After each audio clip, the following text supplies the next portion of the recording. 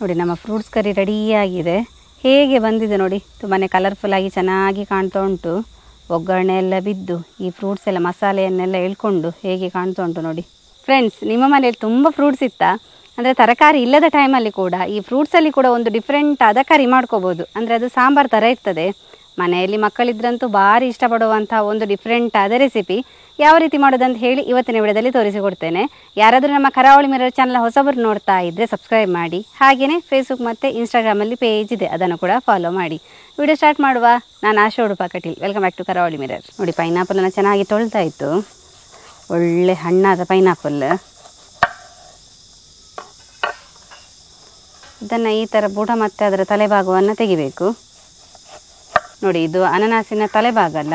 ಇದನ್ನು ನಾವು ಮಣ್ಣಿಗೆ ಡೈರೆಕ್ಟ್ ನಟ್ಟರೆ ಕೂಡ ಇದು ಜೀವ ಹಿಡಿತದೆ.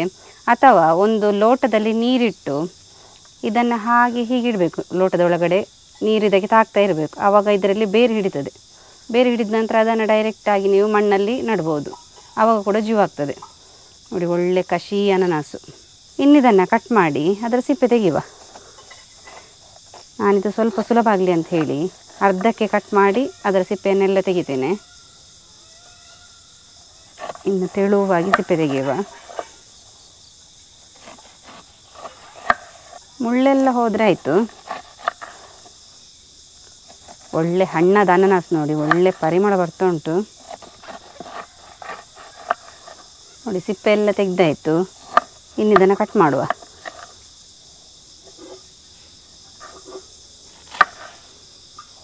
ತುಂಬ ಚಿಕ್ಕದಾಗಿ ಕಟ್ ಮಾಡೋದು ಬೇಡ.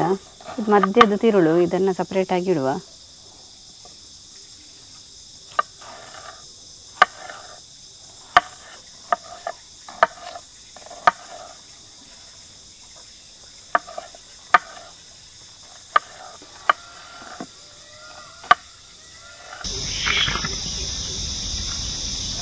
ನಾನಿಲ್ಲಿ ಫ್ರೂಟ್ಸ್ ಕರಿಗೆ ಪೈನಾಪಲ್, ಹಾಗೆಯೇ ಆ್ಯಪಲ್, ದಾಳಿಂಬೆ, ದ್ರಾಕ್ಷಿ ಇಷ್ಟನ್ನು ತಗೊಂಡಿದ್ದೇನೆ.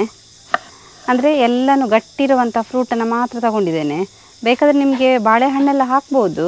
ಆದರೆ ಅದು ನಾವು ಕರಿ ಮಾಡಬೇಕಾದ್ರೆ ಅದನ್ನು ತುಂಬ ಸಲ ತಿರುಗಿಸ್ತೇವೆ ನೋಡಿ.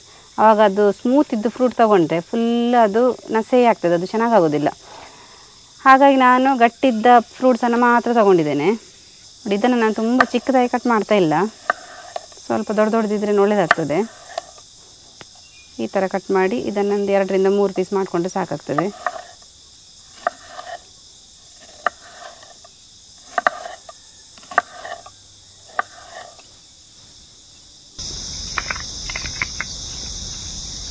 ಇನ್ನಿದೇ ರೀತಿ ಒಂದು ದಾಳಿಂಬೆಯನ್ನು ಕೂಡ ತಗೊಂಡಿದ್ದೇನೆ. ನಮ್ಮ ಈ ಫ್ರೂಟ್ಸ್ ಕರಿಗೆ ಮೆದು ಇಲ್ಲದ ಫ್ರೂಟ್ಸನ್ನು ಯಾವುದು ಬೇಕಾದರೂ ಹಾಕೋಬೋದು. ಫ್ರೂಟ್ಸ್ ಕರಿಯನ್ನು ಉಂಟಲ್ಲ, ಮನೆಯಲ್ಲಿ ತುಂಬ ಫ್ರೂಟ್ಸ್ ಎಲ್ಲ ಇದ್ದಾಗ ಮಾಡ್ಕೋಬೋದು. ಅಂದರೆ ನಾವು ನಾರ್ಮಲಾಗಿ ತುಂಬ ಫ್ರೂಟ್ಸ್ ಇದ್ದಾಗ ಫ್ರೂಟ್ ಸಲಾಡ್ ಮಾಡ್ತೇವೆ. ಅದೇ ರೀತಿ ಇದು ಸ್ವಲ್ಪ ಮಸಾಲೆ ಇದ್ದರೆ ಚೆನ್ನಾಗಿರ್ತದೆ. ಅಂದರೆ ಮನೆಯಲ್ಲಿ ಕೆಲವೊಂದು ಸಲ ಮಾಡ್ಕೋಬೋದು, ಮತ್ತು ಫಂಕ್ಷನಲ್ಲಿ ಕೆಲವು ಕಡೆ ಸಿಗ್ತದೆ, ತುಂಬ ರೇರ್ ಮಾತ್ರ. ಸೈಡ್ ಡಿಶ್ ಆಗಿ ನಾವು ಇದನ್ನು ಯೂಸ್ ಮಾಡ್ಕೋಬೋದು, ತುಂಬ ಚೆನ್ನಾಗಿರ್ತದೆ. ಅಂದರೆ ಈ ಪೈನಾಪಲ್ ಎಲ್ಲ ಹಾಕೋದ್ರಿಂದ ಹುಳಿ ಹುಳಿಯಾಗಿ ಸ್ವೀಟ್ ಮಸಾಲೆ ಎಲ್ಲ ಸೇರಿ ತುಂಬ ಚೆಂದ ಟೇಸ್ಟ್ ಕೊಡ್ತದೆ. ನೋಡಿ, ದ್ರಾಕ್ಷಿ ಉಂಟಲ್ಲ, ಚಿಕ್ಕ ಚಿಕ್ಕ ಸೈಜ್ ಇದೆ. ಇದನ್ನು ಮತ್ತೆ ನಾವು ಕಟ್ ಮಾಡೋ ಅಗತ್ಯ ಇಲ್ಲ.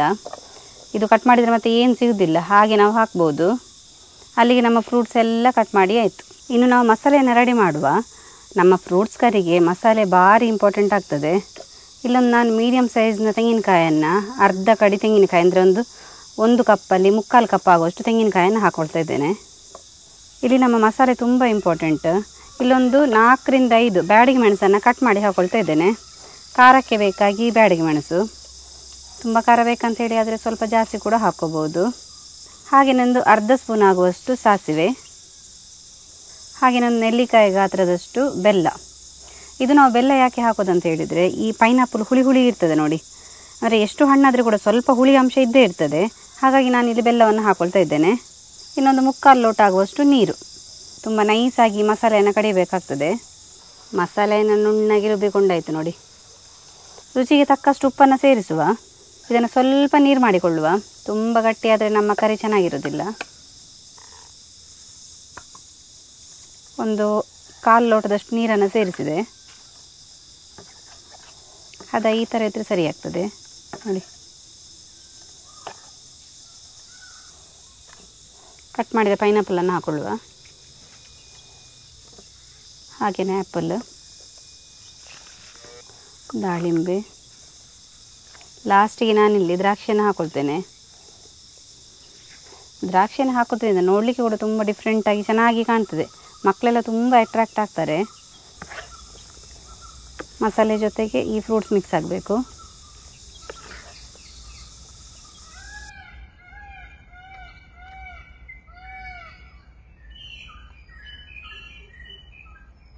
ಫೈನಲ್ ಆಗಿ ಒಂದು ಒಗ್ಗರಣೆಯನ್ನು ರೆಡಿ ಮಾಡುವ. ಒಗ್ಗರಣೆಗೆ ಬೇಕಾಗಿ ನಾನಿಲ್ಲೊಂದು 2 ಚಮಚದಷ್ಟು ತೆಂಗಿನೆಣ್ಣೆಯನ್ನು ಹಾಕ್ಕೊಳ್ತೇನೆ. ಅರ್ಧ ಸ್ಪೂನ್ ಆಗುವಷ್ಟು ಸಾಸಿವೆ. ಸಿಂಪಲ್ ಆದ ಒಗ್ಗರಣೆ, ಏನು ತುಂಬ ಬಗೆ ಹಾಕಲಿಕ್ಕಿಲ್ಲ. ಸಾಸಿವೆ ಸ್ವಲ್ಪ ಸಿಡಿತಿದ್ದ ಹಾಗೆಯೇ 1 ಬ್ಯಾಡಗಿ ಮೆಣಸನ್ನು ನಾನು 3 ಕಟ್ ಮಾಡಿ ಹಾಕ್ಕೊಳ್ತೇನೆ. 1 ಎಸಳು ಕರಿಬೇವು. ಅಲ್ಲಿಗೆ ನಮ್ಮ ಒಗ್ಗರಣೆ ರೆಡಿ ಆಯಿತು.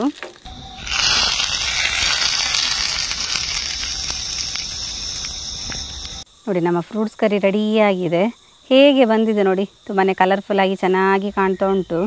ಒಗ್ಗರಣೆ ಎಲ್ಲ ಬಿದ್ದು ಈ ಫ್ರೂಟ್ಸ್ ಎಲ್ಲ ಮಸಾಲೆಯನ್ನೆಲ್ಲ ಎಳ್ಕೊಂಡು ಹೇಗೆ ಕಾಣ್ತಾ ಉಂಟು ನೋಡಿ.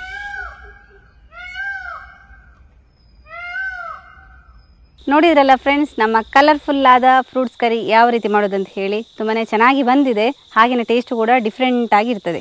ನೀವು ಕೂಡ ಈ ರೆಸಿಪಿ ಇಷ್ಟ ಆದರೆ ತಪ್ಪದೆ ಮನೆಯಲ್ಲಿ ಟ್ರೈ ಮಾಡಿ. ಹಾಗೆಯೇ ಈ ವಿಡಿಯೋ ಇಷ್ಟ ಆದರೆ ನಿಮ್ಮ ಫ್ರೆಂಡ್ಸಿಗೆ, ರಿಲೇಟಿವ್ಸ್ಗೆಲ್ಲ ಹೆಚ್ಚು ಶೇರ್ ಮಾಡಿ. ಯಾರಾದರೂ ನಮ್ಮ ಕರಾವಳಿ ಮಿರರ್ ಚಾನಲ್ ಹೊಸಬರು ನೋಡ್ತಾ ಇದ್ದರೆ ಸಬ್ಸ್ಕ್ರೈಬ್ ಮಾಡೋದನ್ನು ಮಾತ್ರ ಮರಿಬೇಡಿ. ಹೀಗೆ ನಮ್ಮ ಚಾನಲ್ನ ಸಬ್ಸ್ಕ್ರೈಬ್ ಮಾಡಿ, ಸಪೋರ್ಟ್ ಮಾಡಿ, ಫಾಲೋ ಮಾಡ್ತಾ ಇರಿ. ನಾವು ಇಂಟ್ರೆಸ್ಟಿಂಗ್ ವಿಡಿಯೋದೊಂದಿಗೆ ಮುಂದೆ ಸಿಗ್ತಾ ಇರ್ತೇವೆ. Thank you.